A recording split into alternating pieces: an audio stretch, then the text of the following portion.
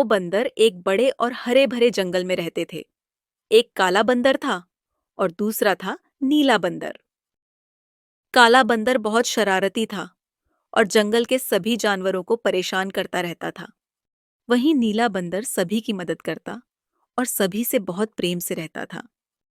एक दिन नीले बंदर ने जंगल की एक भूमि पर एक जामुन का पौधा लगाया।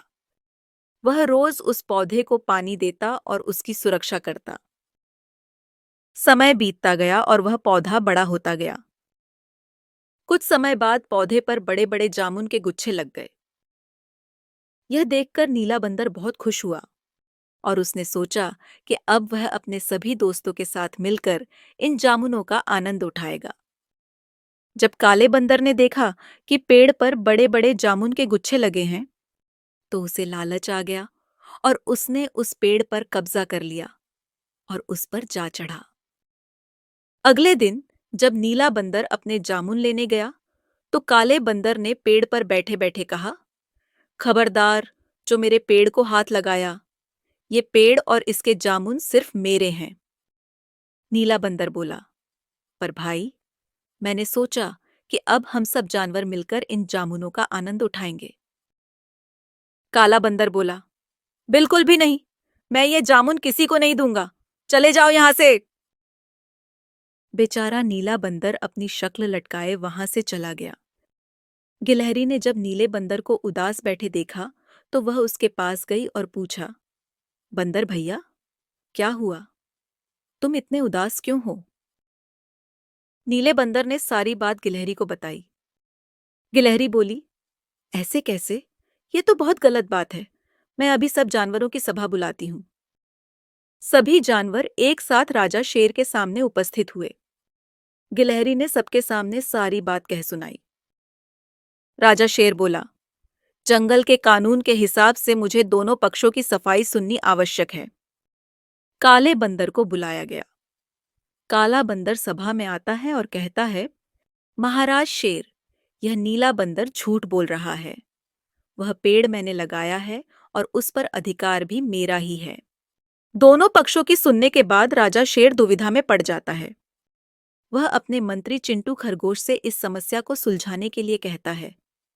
चिंटू खरगोश कहता है, आप चिंता मत कीजिए महाराज, कल इसी समय हम यह सभा वापस बुलाएंगे और मैं यह सिद्ध कर दूंगा कि पेड़ पर अधिकार किसका है।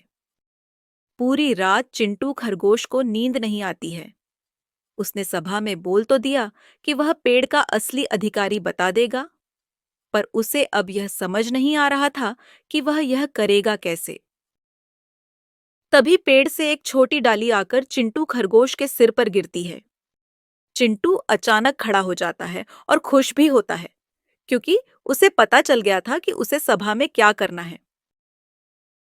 अगले दिन वह सभा के कुछ समय पहले जाकर राजा शेर को कहता है कि वह सभा में यह कह दे कि क्योंकि इस समस्या का हल नहीं मिल पाया है, इसलिए हम इस पेड़ को काट देंगे और उसके फल दोनों बंदरों में आपस में बांट देंगे।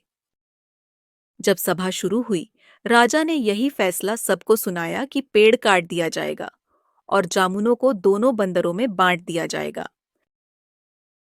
यह सुनते ही नीला बंदर जोर जोर से रोने लगा। वह बोला, ऐसा मत करो महाराज, चाहे तो काले बंदर को ही उस पेड़ का सारा अधिकार दे दो, पर उसे काटो मत। मैं वचन देता हूं कि मैं उस पेड़ पर कभी नहीं चढ़ूंगा। फिर क्या था, राजा समझ गया कि चिंटू खरगोश ने उसे ऐसा फैसला सुनाने को क्यों कहा था। राजा शेर और मंत्री खरगोश दोनों एक दूसरे के सामने देखकर मुस्कुराते हैं। राजा शेर सबको कहता है, अब वास्तविक फैसला हुआ है, और वह यह है कि उस पेड़ पर सिर्फ नीले बंदर का अधिकार है, क्योंकि उसकी पेड़ के प्रति भावनाओं से यह पता चलता है कि पेड़ उसी ने लगाया है। और काले बंदर, तुम उस पेड़ के आसपास भी नहीं दिखोगे।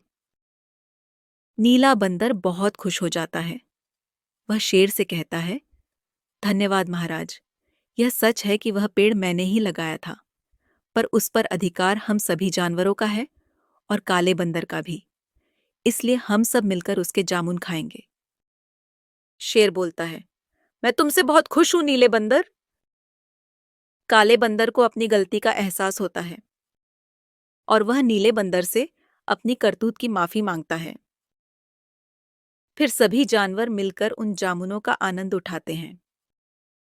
ऐसी ही और रोमांचक और प्यारी कहानियों के लिए अभी सब्सक्राइब करें स्टोर ऑफ स्टोरी।